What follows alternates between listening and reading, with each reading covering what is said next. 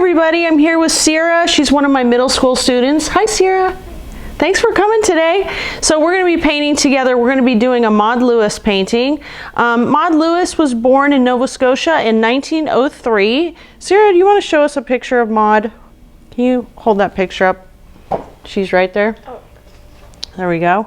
Okay, this is Miss Maud. She was born with a lot of disabilities. She had physical ailments like really bad arthritis, painful arthritis in her hands. She also had financial challenges. She grew up in a very poor little fishing village in Nova Scotia, and she lived in this teeny little house. Show us the house, Sierra. Show us her house. This tiny little house was where she lived out all her days, and you can see all her cute little paintings on the door. You can still go see this house today, even though she died in 1976. Fact check me, please. The people of Nova Scotia actually took her little house and put it in a museum with her paintings, and you can go see that today. The inside of the house is painted really beautifully too. You want to show them the inside? She's got all these paintings everywhere. She's painted the stove and all these little nooks and crannies. You can Google these photos or go up to Nova Scotia and check it all out. She's big up there, Maud Lewis. So we love Maud Lewis, and we're going to be doing a painting today. Sarah, show us. You make an awesome Vanna. Thank you, Sarah. This is the painting we're going to do today. It just shows kind of this little fishing village. And it's, I don't know, it looks like summertime to me. Blue sky, and there's boats out there sailing, and there's these little salt box houses. So here we go. We're going to start the first segment of this painting. Okay, we're going to start with this light green. I'm actually going to lighten it up a little bit more. I'm using my big flat brush here. It's an angled brush, but any flat brush will work. Don't try to paint this with a little brush. So here's my hills. You always want to start a painting with all the big blocks of color that you need. You don't ever want to start with the details, as tempting as it can be sometimes. Putting a little highlight on top of that hill there.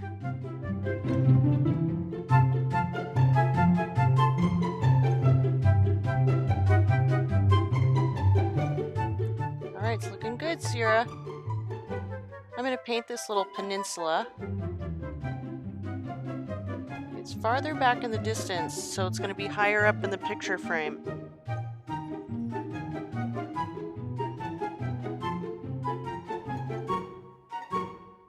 There's another one over here too.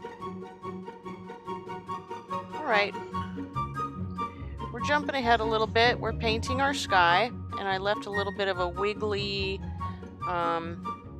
line between my horizon line and the sky so I can paint some hills in there.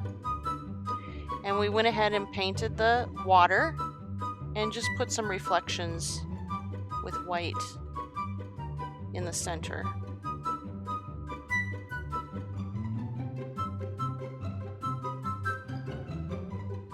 So I mixed my dark blue and some dark green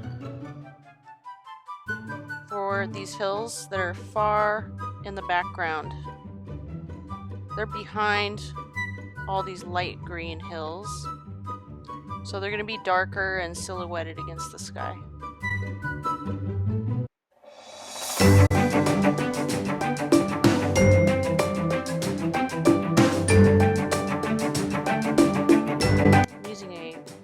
Medium-sized brush now. This is a number 4 filbert.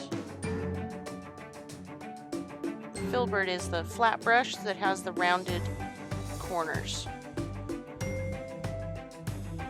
Or whatever brush you're comfortable with. Make sure to keep your brush dry. You want to gently blot your brush on a paper towel between colors when you wash your brush.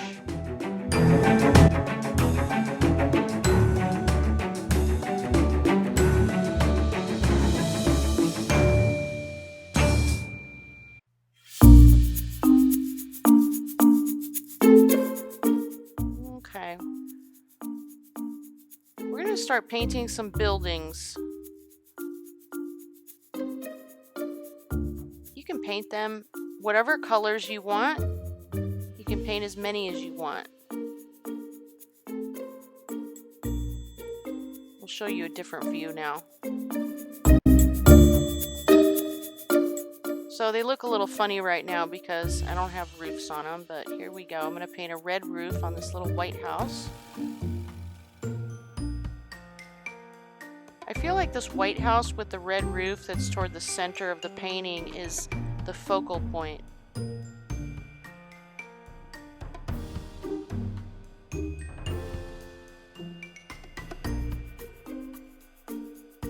While I have red on my brush, I go ahead and paint a little boat in the water and a couple other little tiny blocks of red way in the background that I'm going to make into little houses, little buildings.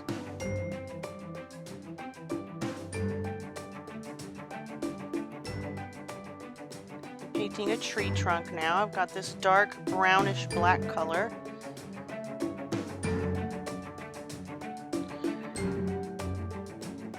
And I'm gonna go ahead and put that dark color along the edge of each of those peninsulas in the background. That will show kind of a shadow and maybe an embankment. There's probably piles of rocks there. Some of the colors like red and this brown-black color show up really, really well on top of other colors. They are very opaque, which means you can't see through them. Other colors like yellow, particularly yellow, and of course white, sometimes you need a couple coats. I think I did 3 coats of paint on that little yellow house. If you plan ahead and you do a little drawing, then you can paint around it and then you won't have to do that. But the yellow pigments are very, very transparent. I decided to add a little blossom tree behind the yellow house because I want it to be springtime. I painted my seagulls, and now I'm painting little rows of pine trees that are kind of marching down these hillsides. And then I have little clusters of them that I'm going to add here and there. You can put them wherever you want. Just think about your composition. These little bitty pine trees, I just paint little straight lines all the way down the hillside, and then I just come back over and make a couple V shapes on top of them. Just kind of fill them in. You want to also fill them in kind of solid at the bottom, but toward the top you can kind of see through the tops of the trees. You don't want them to look too heavy. I bet you guys are doing great. I can't wait to see these paintings. Please send me your paintings when you're done. Send me pictures of your paintings, not your actual paintings.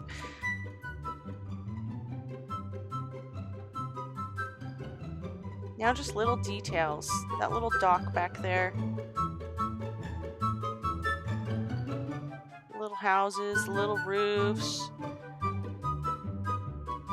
We actually worked on this in 3 sessions. It took us at least 2 hours to do this painting. So slow down and enjoy the process. You want to paint in layers. This is our final session right now with all the little details, but you've got to wait for certain things to dry before you can paint on top of them. Otherwise, you're just going to get frustrated. So sometimes you have to just show a little bit of restraint, walk away, and let areas dry for an hour or 2, and then come back.